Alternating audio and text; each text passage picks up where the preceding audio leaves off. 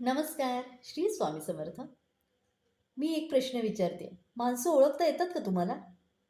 माणसं ओळखता येतात का? माणसं ओळखायची कशी?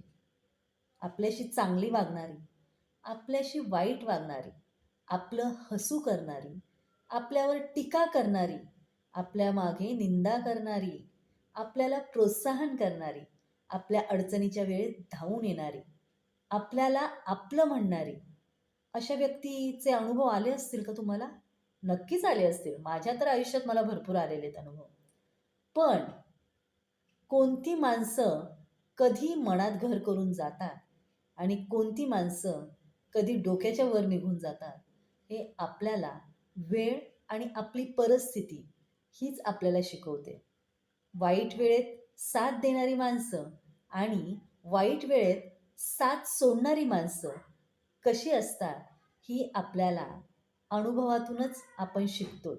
अनुभव आले पाहिजेत हो आपल्याला पण माणसं ओळखायला. आले पाहिजेत अनुभव.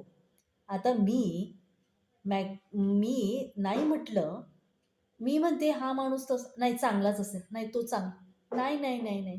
कुणी मागून खंजीर खुपसणारे असतात, कुणी आपल्या स्वभावाचे फायदा घेणारे असतात, कुणी आपल्या मागे आपलीच निंदा करतात आणि कुणी आपण जर काही बोललो नसू, तरीसुद्धा त्या गोष्टीचं तिखट मीठ लावून सांगणारे असतात. मग आता प्रत्येक व्यक्तीला तर आपण बदलू शकत नाही. म्हणून इग्नोर. सगळ्यांना काय करायचं? इग्नोर. फक्त चांगल्या माणसांना आपल्या मनात जागा द्यायची आणि आपलं आयुष्य हसत खेळत जगायचं. श्री स्वामी समर्थ.